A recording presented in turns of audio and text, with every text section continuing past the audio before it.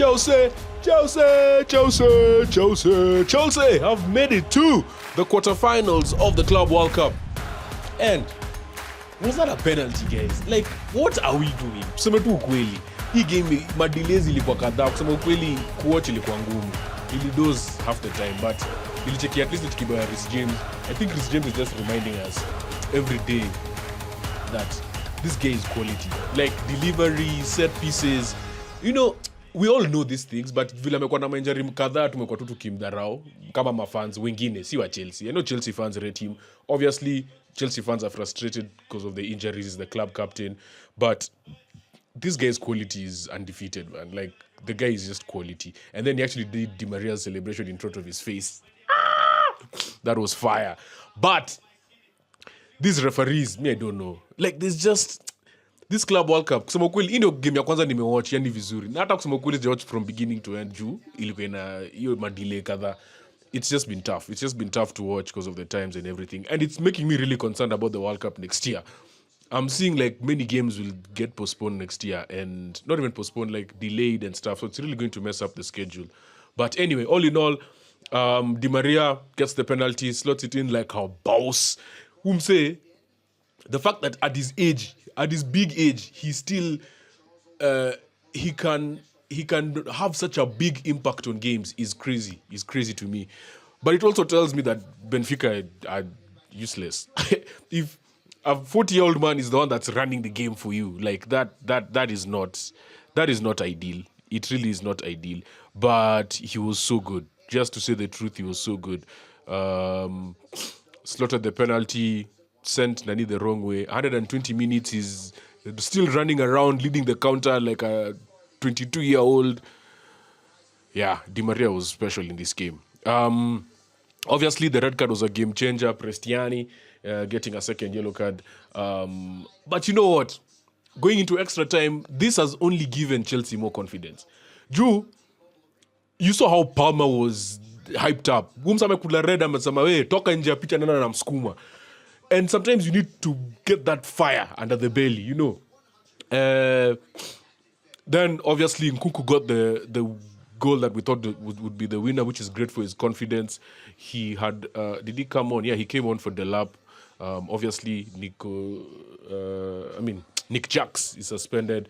Then Neto took his goal really, really well. Dewsbury Hall scoring a fourth. So obviously, even the guys coming off the bench now are getting confidence. You see, like it's this is it's a great result.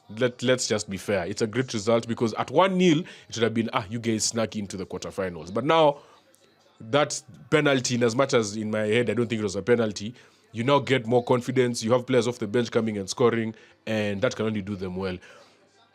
Finally, there's something that Ruto said in the prediction.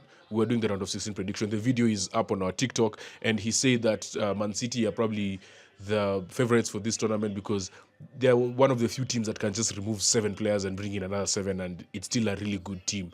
And I really agreed with him.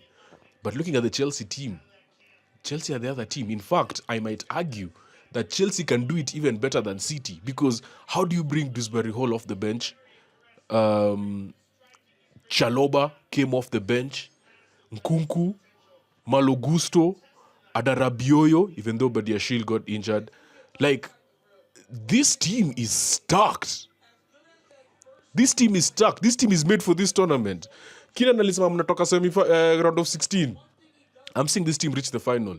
Because those other teams, let me tell you, mtu kama Alonso sahi hata kichujwa, he'll be sad. I mean, not round of 16, but like quarter ama semi.